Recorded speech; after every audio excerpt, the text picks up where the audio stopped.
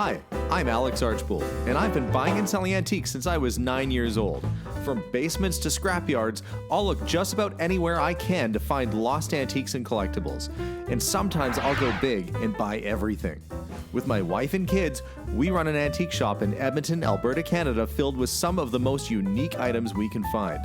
I never know what's going to happen or who I'm going to meet. This is our life, this is our adventure, and this is Curiosity Inc. I'm home, honey. Good morning, everyone. Well, today I've been asked to come down to Kastner Auctions as we start getting ready for the grand finale of the two auction sales that we've been putting together. The first sale ending on January 23rd is all jewelry and really cool stuff, and we're going to do sort of a promotional video today for the auction company. And they've been busy. They've been so busy. Since we started getting everything all put together, they have got everything more or less laid out and getting photographed, pictures, all that good stuff is going up for the antique sale, which is going to be happening on January 30th. Should be an interesting day today. I've got a lot of work ahead of me, many stops to make, but the first one here is really important because we have to tell people just how cool the stuff is that's going through the sale, and that's just what we're going to do. So the first thing we have to do is try and find a few really cool pieces to talk about, and it's tough with this because there's so many cool pieces of jewelry in here, but we're going to pull a few out. The Cartier looking Jaguar silver bracelet with stones, this massive garnet cross, 925 silver garnet, the Mexican solid silver. Let's see what it says on the bottom there. Texaco sterling silver. Yeah, this is a really nice art bracelet of a chameleon with gemstone eyes. The silver dolphin choker, the Chanel camellia cuff with the rose sort of filigree in there, Tibetan golden rings, 1950s kind of art rings, just such a wide variety. Plus we had all of the appraised items come back in. These are all actual diamonds and gemstones. I mean, look at the size of this. So we're gonna get some of these out to look at and talk about. And then I've got to make my way over to the store because I do have to actually work today too.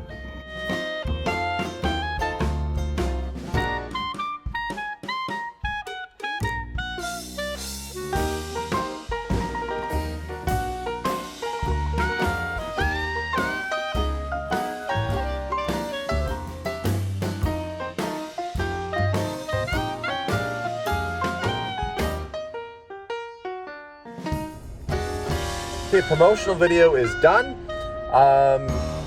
It went well, I think. I mean, you know, you just talk about some cool stuff, and your job is to encourage people to go check out the sale and to bid on things that hopefully they'll love and possibly get a good deal on. But, you know, the true intention is, of course, to sell as much as you can. That's what you do when you have a store. You get out there and you sell. Now that that's all behind me, they're going to edit together the video and fix a few things that need fixing over there. I have to head to work. Offload my car. I have a few things in the vehicle that have to go to the shop, and the joy of all joys got to stop at my accountant. It was year-end time, so the past couple weeks I've been really busy just getting all my taxes done. Yay! You tuned into this channel to watch me talk about taxes? No, you didn't. I'm gonna go over to the store, offload the vehicle, and I'll show you some of the cool finds I've had in the last couple days too.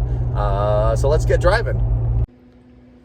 It is nice to be back at the shop. There are a lot of things I have to get taken care of around here because frankly, I haven't been here as much as I should be with getting the house emptied out and getting the auction set up. So it's nice to settle in and start getting everything organized around the shop. That said, I've got some things to put away, including this. Remember the broken Gibson guitar?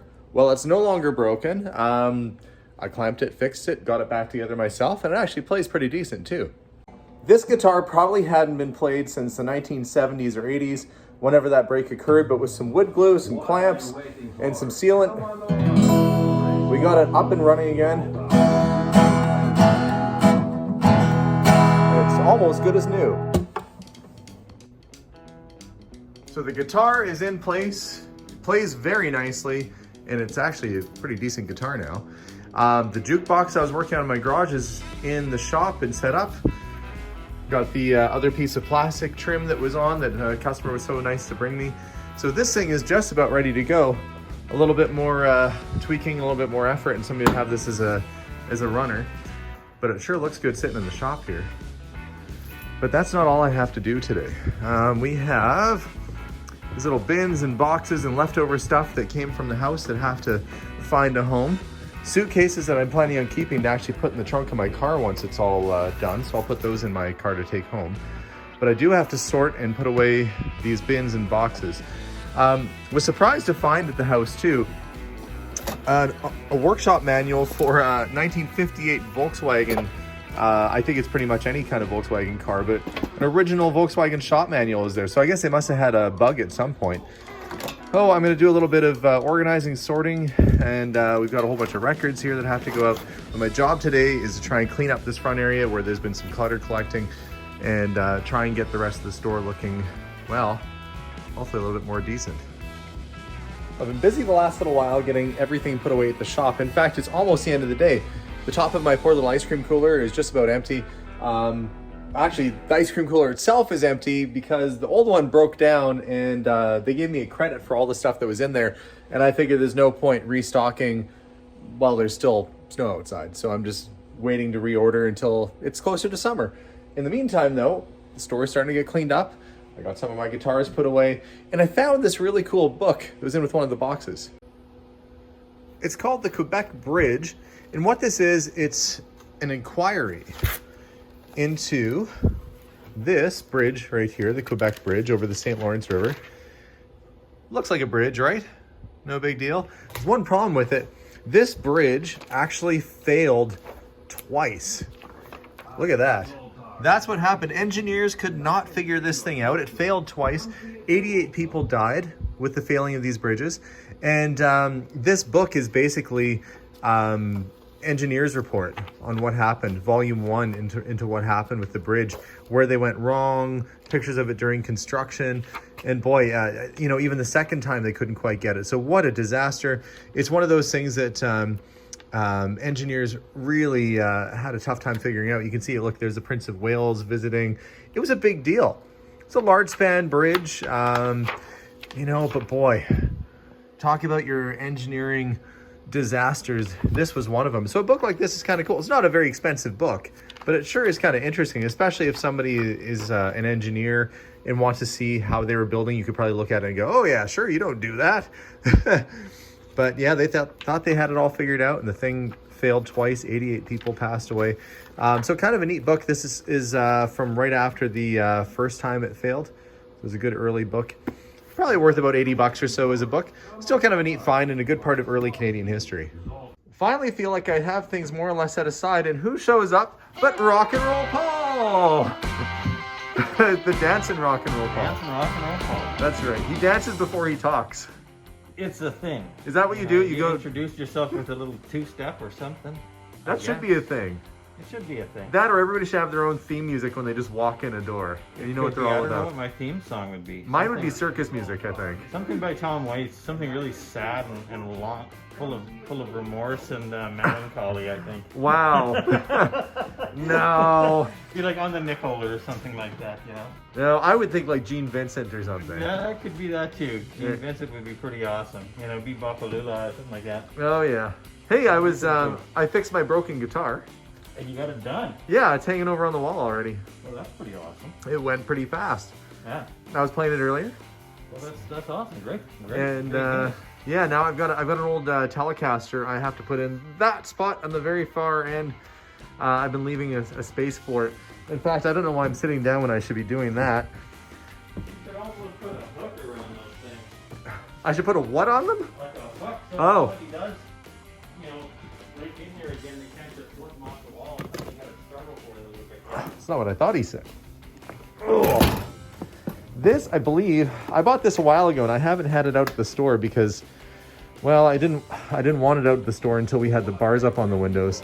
And Paul is suggesting that I end up putting something over the guitars, but if they, I don't think anybody's getting in here without a bulldozer. We've got bars on every window. That's true. There is no way anybody's getting in this place. There now.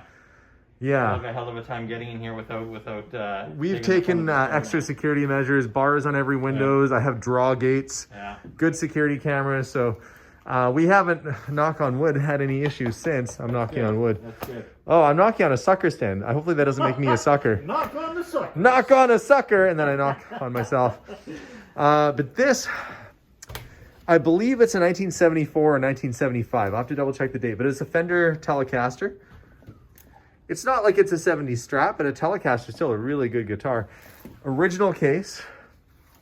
Nice. Guy brought this in, I want to say, well, it was last year, but it was like maybe late summer. And I went, cool. And I was getting broken into at the time. And we got hit a couple times. And I said, I don't want to bring this to the store. So I've had it hiding out, but it's time for it to come back safe and secure. But what a beautiful looking old guitar. It is pretty. You get a little bit of that lacquer sort of crackle on some of these old guitars, but you just leave it. That's just the way it is. It adds to its character. That's what people look for. That's what character? Oh yeah. So every year I get older, I'll just have more They quote make unquote them now character. with like built-in character, which is kind of defeats the purpose. It's like buying worn out, brand new shoes that look worn out, but I've seen that. Yeah, I think the character is what adds to, you know, you actually played it. You know, like it's not just a used up thing that, you know, you're posing with, right? You know, and that's why I kind of like that Gibson. And I was sort of thinking about keeping it home because even though it had a broken neck and I fixed it, it plays really nicely. Yeah. Well, keep it. Yeah, maybe. Nothing saying you can't. Oh, but I've seen what you said. Like you can buy them, and the factory has sanded off the finish to look like it's a beat up old '60s guitar, even though it's brand new. May as well just buy one that has authentic patina. Exactly. Okay, I'm gonna go hang this guy on the wall. And then I don't know what else I have to do today. I was sort of getting caught up on some of my to-do lists. Oh, I crammed a showcase in the back of my car, and now I'm gonna be driving with my knees up over my head, I think. But that's another story. Let's go get this guy up on the wall. That table, I got it at a secondhand store on 124th Street. So Paul is telling me not only is he devilishly handsome and available. I told people I can't be your pimp anymore, but That's it's yet it happens. That's okay. But I'll find a new one. You've been fixing up furniture as well, right? Yeah, I've been doing that. So what I'm working on is this is sort of one area of my house there that I'm very mid-century rearranging. There we got an Adrian Purcell table that I bought at a secondhand store back in the 80s, and it's worth a lot more than what I paid for it, so that was kind of a great thing. I got that beautiful floor lamp that I got actually from you. Oh yeah, the boomerang. I have the matching table lamp for that now too. Yeah. Well, actually, I in fact also have a table lamp board, but I don't know if the shade is the design on it. It's a little bit different. Yeah. See. Oh yeah. See, 50 stuff is so cool. They call that the boomerang style lamp. Yeah. Now, you were showing me a table earlier that you had reclaimed or salvaged. Okay, well, let's go with the Arnie Jacobson chair. So I had this Arnie Jacobson chair, and the veneer was peeled on the seat. What year would that be, like 56, 57? Yeah, in 50s, 60s, yeah. Okay. And so I refinished it with the cowhide cover on it, so... That's really cool. That's all fancy. Aren't you just a fancy fella with your 50s modern kind of furniture? So there's the tabletop that I... Oh, that's it before? That was it before, and that's in the process, and I'll show you. We'll zip to the end result here, and that's that. Cool, and so that's a combination of two different tables, right? Yeah, two different tables, yeah. Yeah, I was saying it reminds me of like when you used to go into the airport and everything would be space age. Like you'd have a white pod for your telephone booth, or you'd have a white egg kind of pod chair to sit in. I remember thinking, wow, because it was like 50s or maybe it was like 60s or 70s modern design. And when I was a kid in the 80s, I was like, it was old, but still felt like you were in a Stanley Kubrick movie. Yeah. Well, Canada also was a hotbed for modern design. Like there was a big school in Winnipeg, and that was their focus, and they did a lot of really great, formidable things. And so that whole idea of the design and the modern design that was popular in the United States and around the world was also really popular in Canada. Unfortunately, Canada is also known for the brutalist movement, which is ugly cement government buildings. Exactly. I was touring a director from Los Angeles once, and we were looking at Winnipeg, actually, as a filming location, and it had all these 50s sort of brutalist movement buildings. And he said, it looks just like Russia. He said, this place looks like Russia. Yeah. But, brutalist architecture was not as appealing as the furnishings and styles, that's for sure. Yeah, the furniture is always more exciting. Yeah, exactly. Right. But, no, super cool. Well, it looks like I had some folks coming. I better put my guitar case away and get back to it. One thing that's kind of a challenge when I'm redecorating the store or putting things out is that I like to have things in certain areas. You know, like the newer stuff is up at the front, like it's a little gift shop sort of area, teas, coffees, foods, etc. Toys in the case next to me.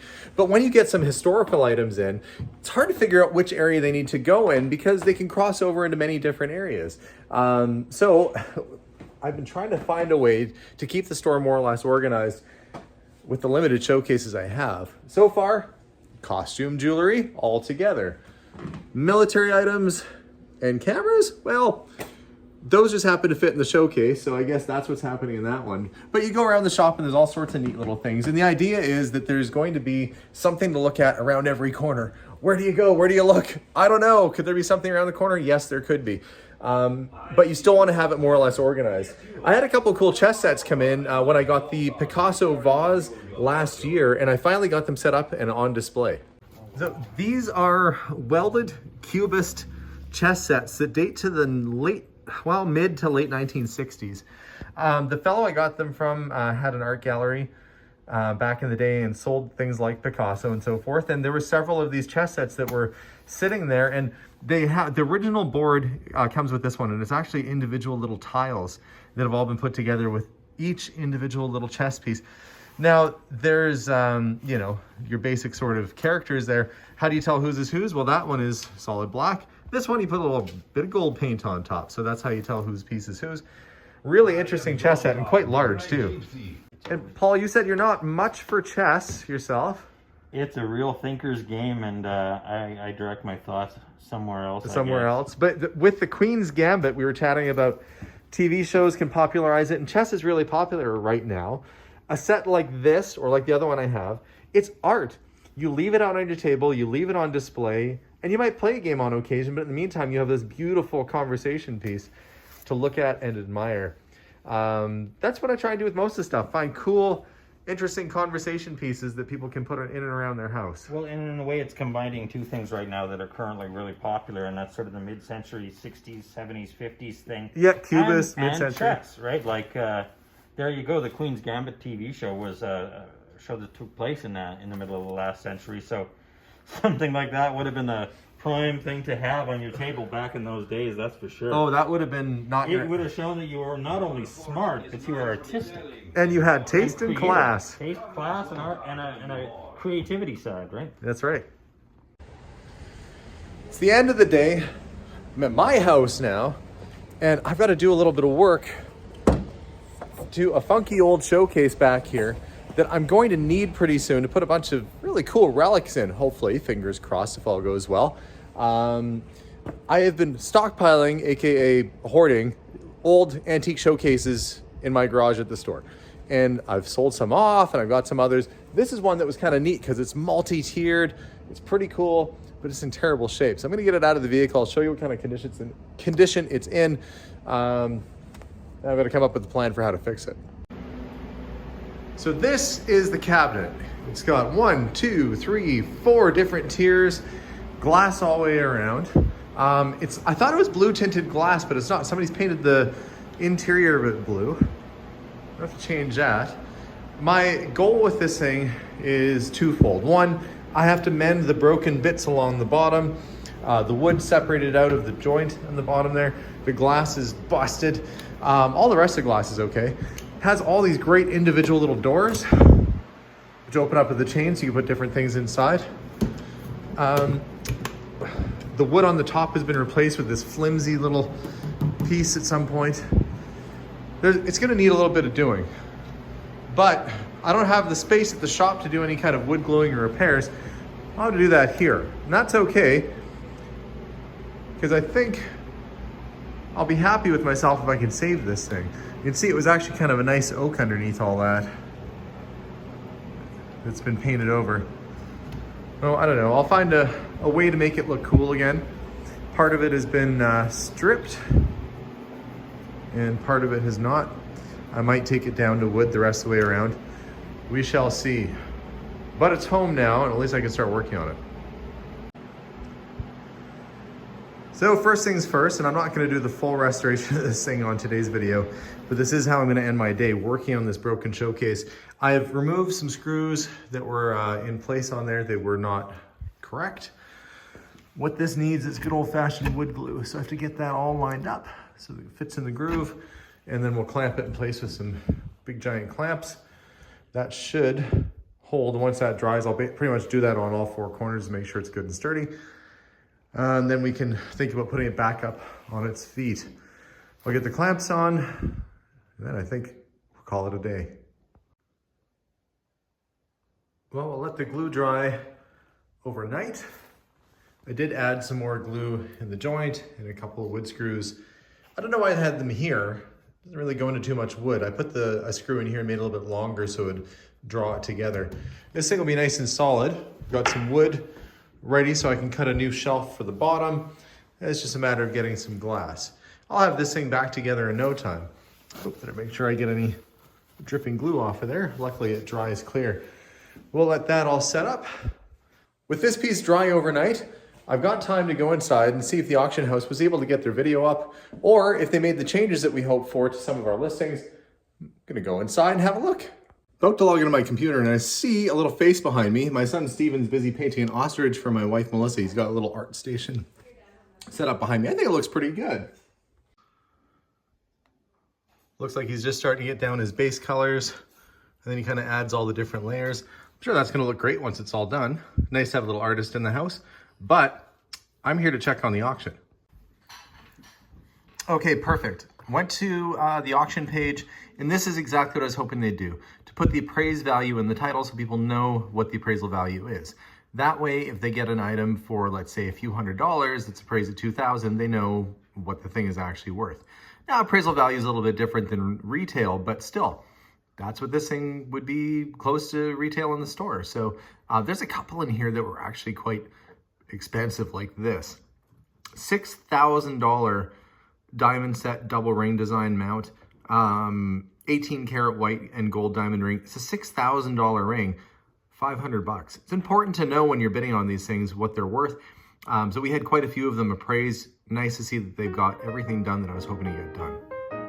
So another day, busy at work, and it doesn't end here. It's the thing about owning a small business is that your workday starts early and it ends late. Still have a lot of sorting to do to get ready for future auctions. Got to go fix that showcase throughout the night tonight. But it's fun. At least I get to do things that are fun. So no complaints at all, actually. I'm enjoying it. And I like fixing things like the old showcase. Hoping to get it all done and ready in the next couple of days and get it back to the shop. Because after the weekend, I have some really special items that I have planned to come in the store. I will do a video when those show up, but boy, it's going to be some pretty incredible stuff. Anyway, guys, thanks for watching today's episode. Don't forget to check out the auction, Kastner Auctions. That's going to be live. It's live right now until January 23rd for the jewelry, and all the other household antiques for the last series of Musicians House series are going to be posted either today or tomorrow with pictures up, and then that ends on the 30th. So lots going on around here. Keeping super busy. Appreciate you guys watching our videos. Stay tuned for more, and live feed of the auction will be happening on the 23rd. So stay tuned for that, and we'll see how the first maybe 100 lots or so do. We'll tally it up, hoping for a really great sale. Anyway, guys, have a wonderful day. We'll see y'all soon, and bye for now.